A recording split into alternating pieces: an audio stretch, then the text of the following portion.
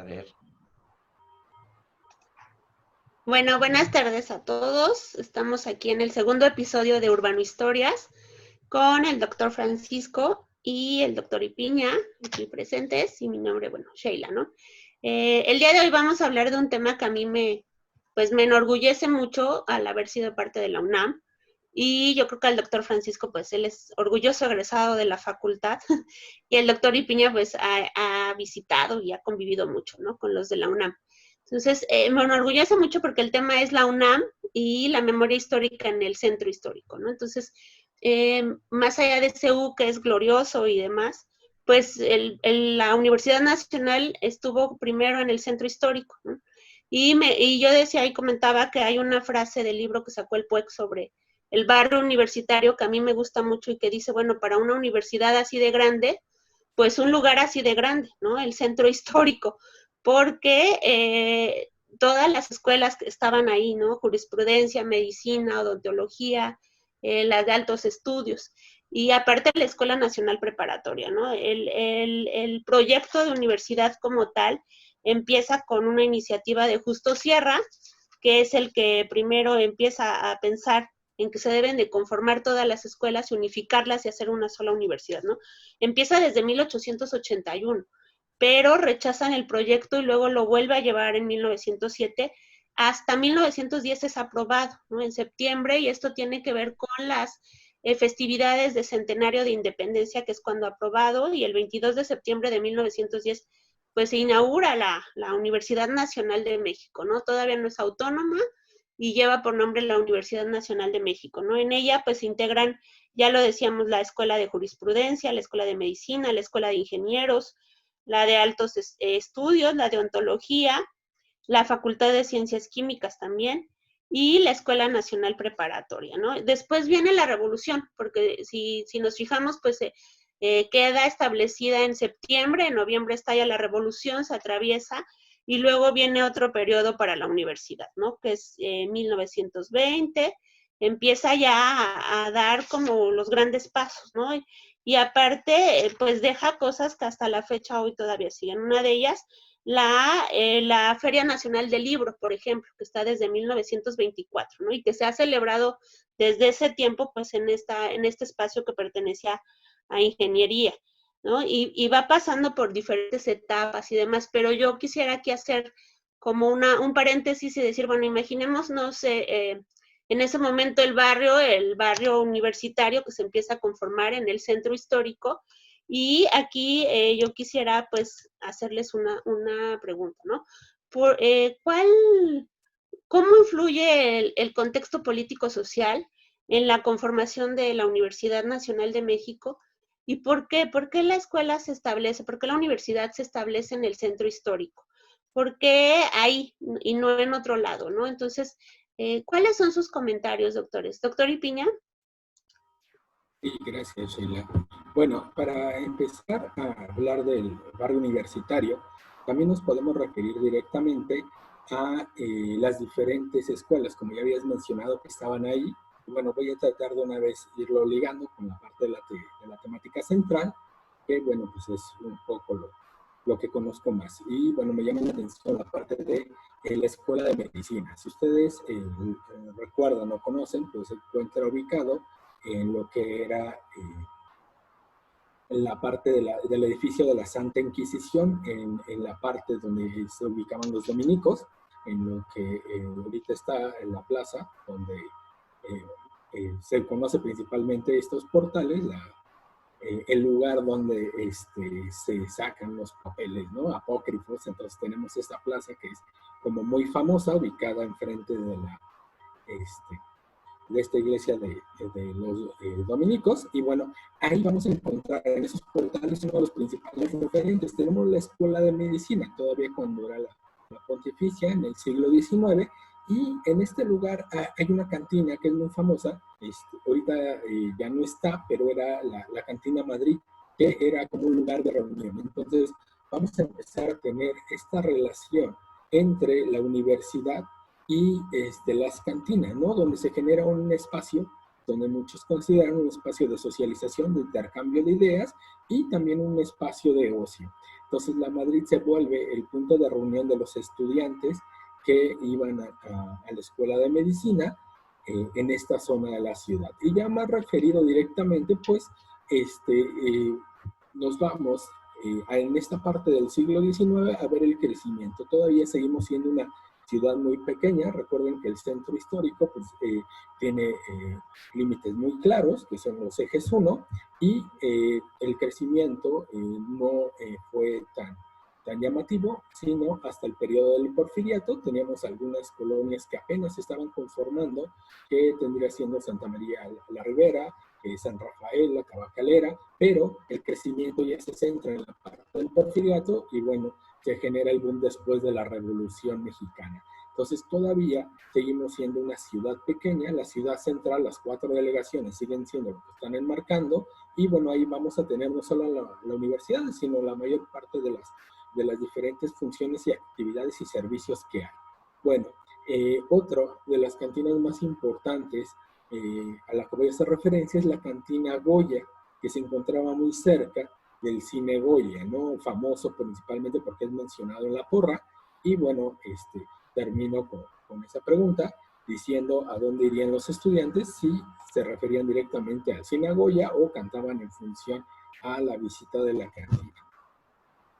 Bien, gracias, doctor. Doctor Francisco.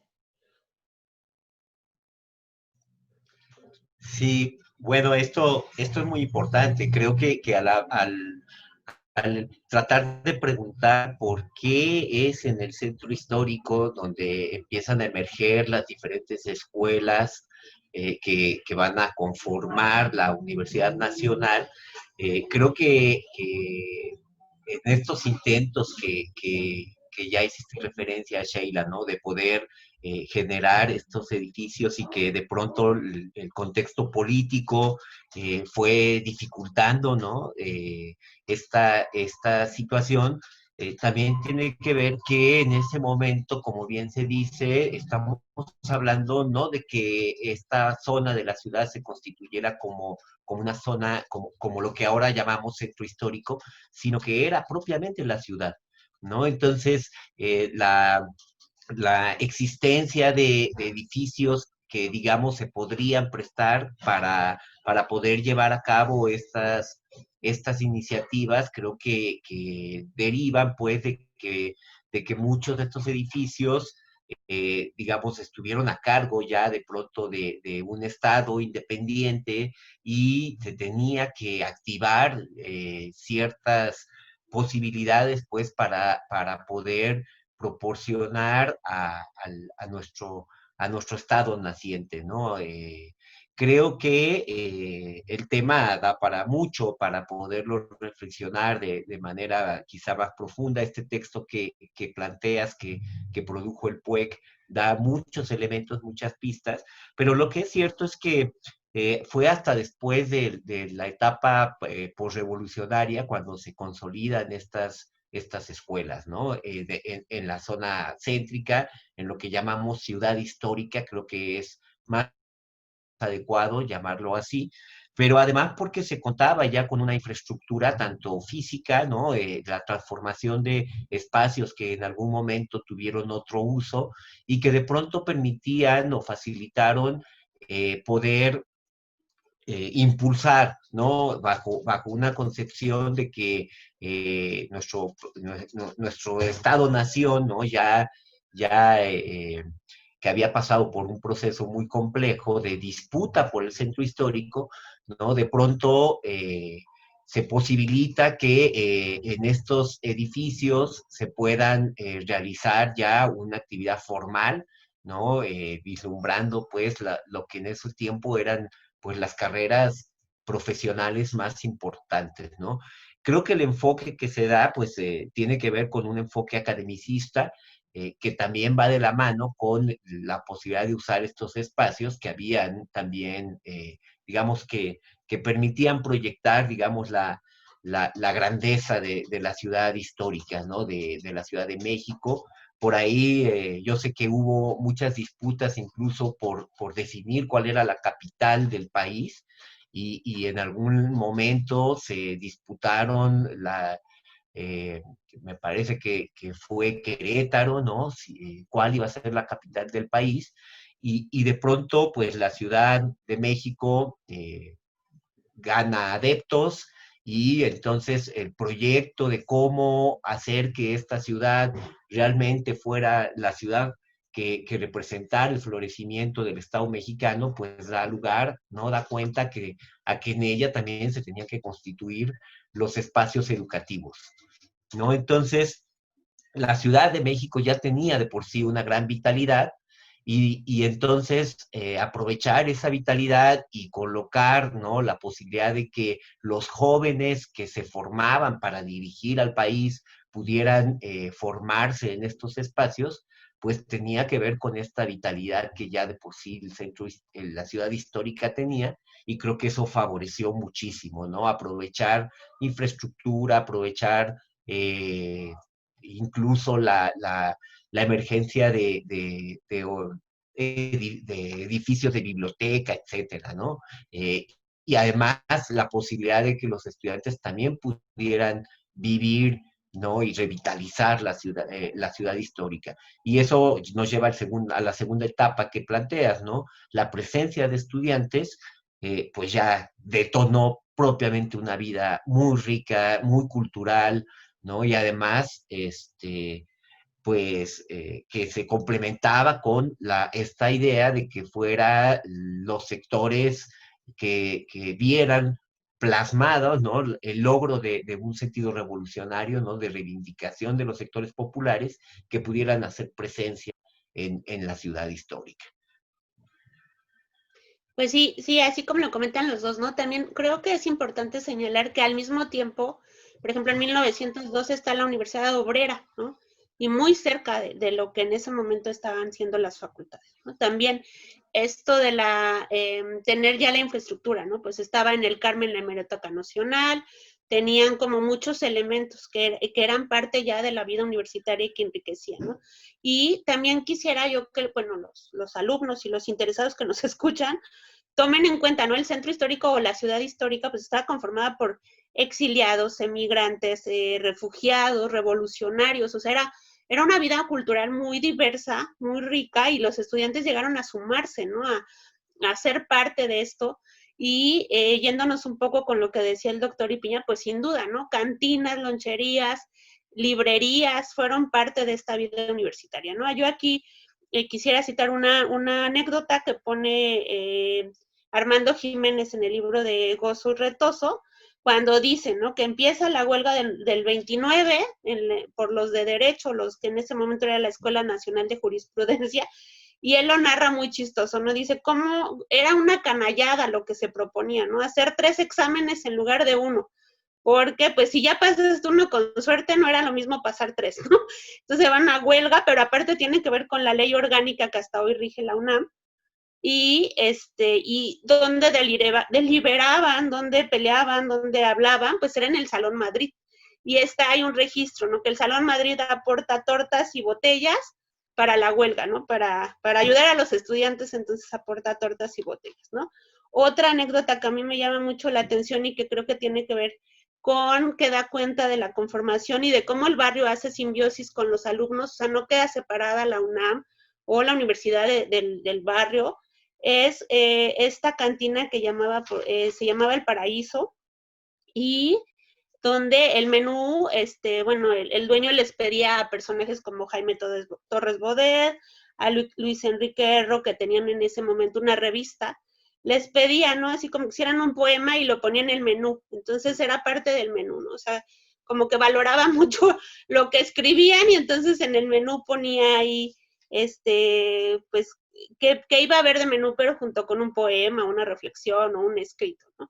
Otra que a mí me llamó mucho la atención fue una que era una cantina, pero aquí el personaje, pues el dueño, les fiaba a los profesores, por ejemplo, ¿no? A los profesores de la escuela les fiaba, pero era muy listo, ¿no? Escribía en una libreta el nombre, el domicilio, el teléfono, la escuela donde daba clase, qué asignaturas daba, el horario y el salón, ¿no? Y si no pagaban, pues mandaba ahí a su cantinero, que era el cobrador, y iba y buscaba al director de la escuela y decía, tal profesor me debe, no me ha pagado, entonces tiene que pagar, ¿no?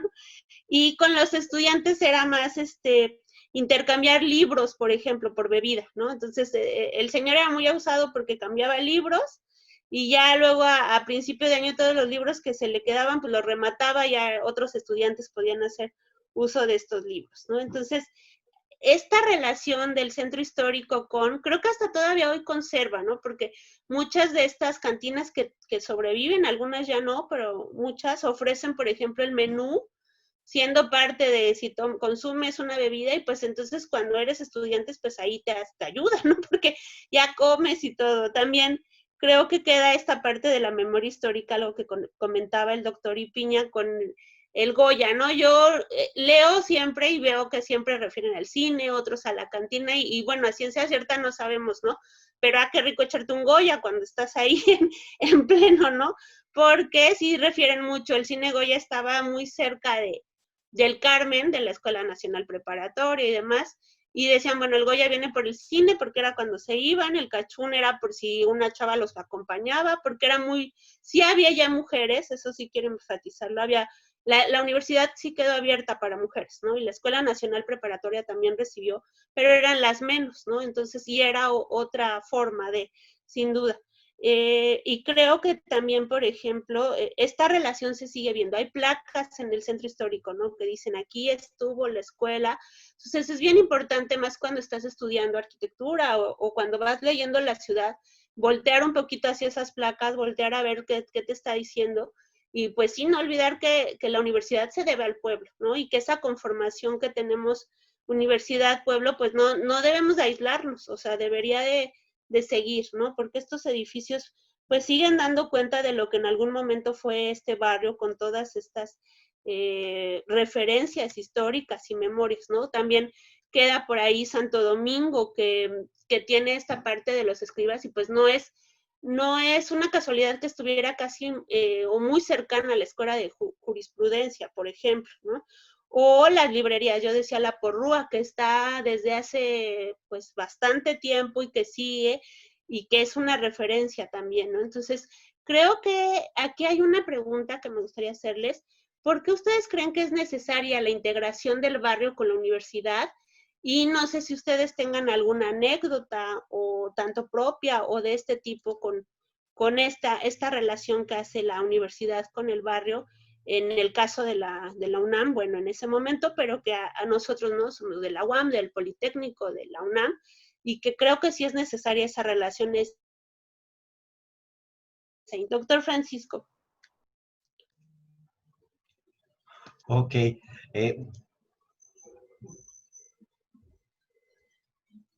Perdón. Ok. Bueno, yo creo que de entrada, a lo mejor lo que luego nos cuesta trabajo transmitir a los estudiantes cuando podemos tratar o intentamos visualizar cómo la ciudad se ha transformado, ¿no? Cómo no es que las cosas siempre han sido así, ¿no? Es pensar que cuando decía yo que hay una disputa por la presencia en el centro histórico, es también contextualizar que hay un contexto mundial, ¿no? En donde muchas personas, llegan a México muchas personas muy importantes, ¿no? Algunas ya han sido referidas, ¿no? Y entonces esta seducción que tiene el centro histórico, en donde, como bien se dice, no solamente se incorporan los estudiantes, sino que hay una serie de dinámicas dentro de la ciudad histórica, ¿no? Que van a favorecer una interacción muy dinámica con la población, que también tiene que ver con la emergencia de muchas vecindades, ¿no? Donde los sectores populares propiamente están habitando la ciudad y la presencia de los estudiantes va a favorecer a que los sectores populares también puedan generar esa interrelación a través de estos elementos por la necesidad o por la necesidad de estos sectores, pero con la presencia de los estudiantes, ¿no? Entonces, la renta de cuartos, las comidas preparadas, ¿no? Los lugares donde los estudiantes pudieran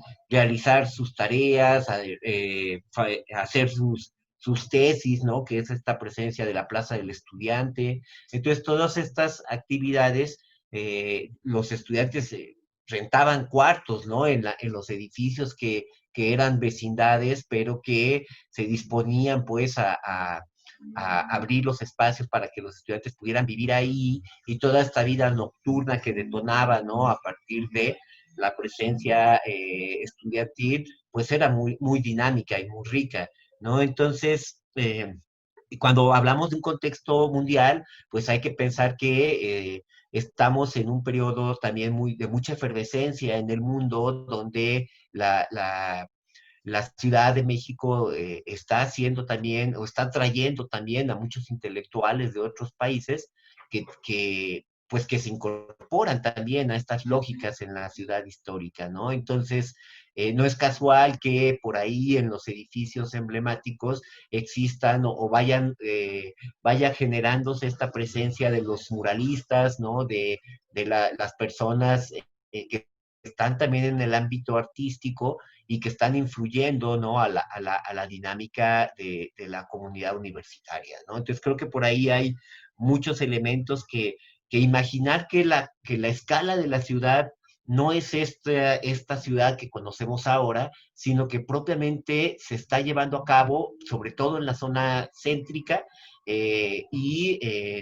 por aquí ya se decía, ¿no? La presencia que va a tener las otras colonias o la importancia que van a tener las colonias aledañas, en este caso la colonia Guerrero, que además es el punto de entrada a la ciudad y que conecta muy fácilmente con la ciudad, con lo que ahora conocemos como perímetro A y B del centro histórico, ¿no? Entonces hacen que la ciudad tenga una escala muy vivible, ¿no? Y que también sobre ella, pues, se posibilite la interacción de estos actores estudiantiles con toda la gama de vida cultural que se está dando en esta parte de la ciudad, ¿no? Bien, sí, gracias, doctor. Doctor Ipiña.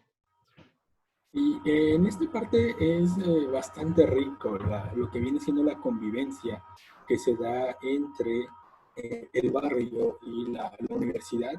Y creo que lo podríamos ahorita analizar desde dos conceptos. Uno, desde la parte del centro histórico, ¿no? La riqueza que tiene por sí mismo, ya que es un lugar de encuentro. O sea, imagínense ustedes, estamos después de la revolución, la posibilidad ya del crecimiento de la ciudad y la posibilidad de llegar a estudiar de diferentes partes, hablando un poco de la migración, o sea, como estudiante, pues bajas, llegas a la terminal de Buenavista, llegas en tren, te bajas con tus cajas y empiezas a buscar un cuarto, ¿no? Para poder acceder directamente. Entonces, el barrio te permite esa articulación. La gente entiende al estudiante porque el estudiante no tiene muchos recursos y esos recursos los tiene que eficientar.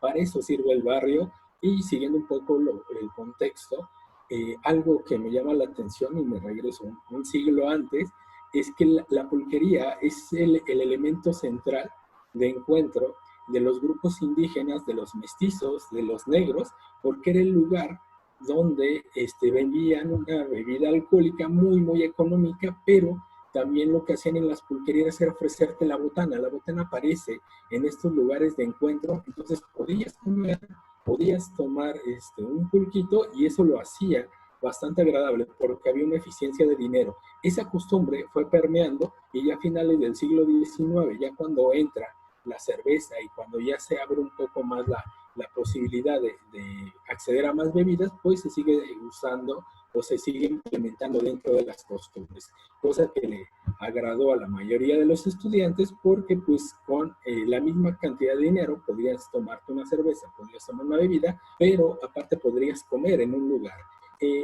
Muchas veces a las personas que a lo mejor no les gusta mucho ir a cantinear, pues imaginan que es un lugar así mal habido, ¿no? Donde no hay nada bueno que hacer, pero en realidad, imagínenselo también lleno de estudiantes, es un lugar de la bohemia, un poco la referencia ahora, la cambio de lugar, en el caso mío de la UAM, era eso.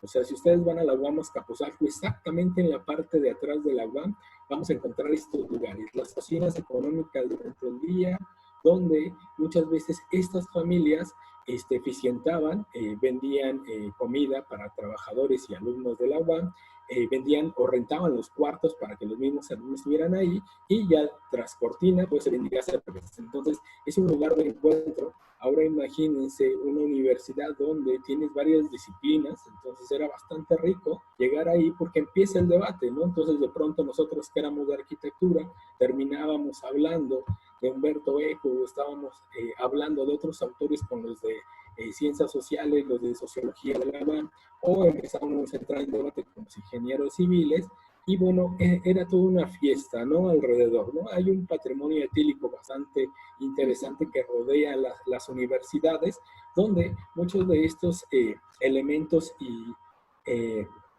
riquezas dentro de, ¿no? Entonces, la diferencia, yo lo único que veo de estos lugares de encuentro en las universidades actuales y en las otras son los años, que de pronto pues ya dejó un poema a alguien que todavía no era famoso porque eran estudiantes y se hizo famoso, entonces ya el dueño de la cantina lo pone ahí.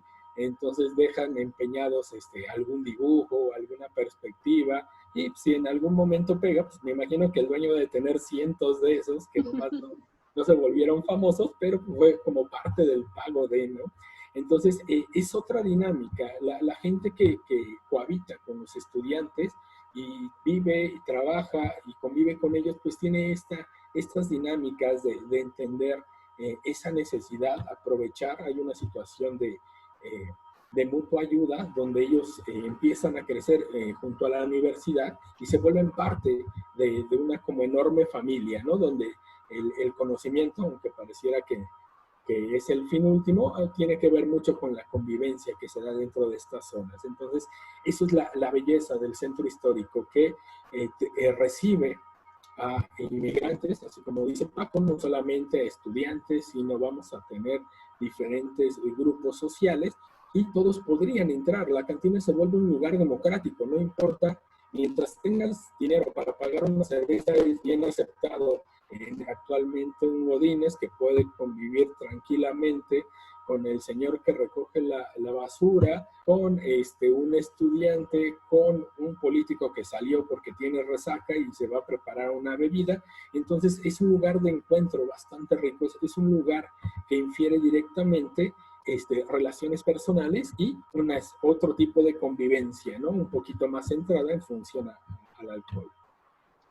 Sí, creo que lo que comentan es muy importante, ¿no? Porque sí, efectivamente, por un lado estamos hablando de la ciudad histórica, que tiene colonias como la Guerrero, ¿no? Y cercanas, pues también está la Merced, ¿no? Y en esta época es, por ejemplo, cuando hay mucho bullicio alrededor de, ¿no? Y ya con la conformación que decíamos de actores sociales, pues hay una riqueza, ¿no? Y la parte que comenta el doctor Ipiña creo que sigue siendo, o sea, parecía que no, pero hablando de prácticas culturales, esta parte de darle comida, ¿no? O ciertos descuentos a los estudiantes tendría que ver con la parte, pues, de que son estudiantes y se les tiene que apoyar de alguna forma, más allá de otra cosa, ¿no? Entonces, el barrio responde así, ¿no? Dando descuentos, dando comida, haciendo como estas redes, ¿no? Y creo que eso también no se pierde. El doctor Ipiña decía, bueno, en la UAM Azcapotzalco las loncherías que están atrás, ¿no? En la UAM Xochimilco, pues hay toda una cadenita ahí de las dos entradas de que se ha visto en la pandemia que sin estudiantes, pues estos negocios no funcionan, ¿no? Es una relación intrínseca. En CEU, bueno, el paseo de las facultades o el famoso paseo de la salmonela, que es como muy conocido, ¿no? Donde te relacionas y de repente, pues bueno, hay 2 por 1, ¿no? O alguna cosa. Entonces, creo que esta relación se conforma, ¿no? Incluso también en el centro, cuando se habla todavía de las tesis urgentes, pues tiene que ver con esta parte histórica, ¿no? Que sigue representando, ¿no? Entonces, creo que el barrio sin duda dejó ahí unas huellas muy, muy importantes y que también, ¿no? A mí me tocó todavía ir al nivel, esta cantinita que estaba ahí por San Carlos, y que tenían dibujos, ¿no? De San Carlos, y que decía, te contaba la historia el cantinero, te decía, bueno, es que son de estudiantes que intercambiaban pues talento por en algún momento una bebida, ¿no? Entonces da cuenta de lo que hacía la universidad y de cómo se vivía en ese momento la universidad, ¿no? También si hablamos, bueno, estaban rodeados pues de cines, ¿no? De cines, de teatros, estaba el Teatro Lírico, estaba el Teatro Colón, estaba el cine La Mariscal, o sea, había como esta vida nocturna que efectivamente respondía a lo que en ese momento era la ciudad, pero que los estudiantes le daban vida a todo esto, ¿no? Y también hay mucha referencia de lo que decía, llegaban estudiantes de todo el país y con esto, ¿no? Con una caja y con sueños y pues a ver cómo le hacían, ¿no? Y hay muchas referencias incluso en estas películas de Los Soler, por ejemplo, ¿no? Donde llega el estudiante y vive en el centro y luego se supera y entonces ya es un profesionista, porque esa también era una parte de la visión de la parte política social de ese momento, ¿no? Pero así es, pues yo les agradezco y quiero invitar pues sí a estas reflexiones, ¿no? A que vayamos más allá de los salones, de las aulas y precisamente que nos quitemos, es bien difícil, ¿no? Porque creo que como arquitectos sí te enseñan a que, la analogía que yo siempre uso es que es como cuando tu mamá llega y te limpia el cuarto y tú dices, yo lo tenía bien bonito, ¿no? Y así creo que hacemos los arquitectos, vamos y queremos arreglar todo y todo tiene que verse como una postal, cuando no es así. Tenemos que ver que la gente es la que hace la ciudad, entonces un edificio sin gente pues no sirve, ¿no? Entonces creo que hay que apelar a eso, a esa reflexión, y pues entre más se conozca, pues vamos a tener más de estos edificios y esta ciudad vivida, ¿no? Entonces, bueno, esto fue pues Urbano Historias, y los invitamos a que nos sigan escuchando, y pues los siguientes episodios yo creo que vamos a seguir hablando de más y más y más, porque nos encanta. Pues de mi parte es todo, muchas gracias.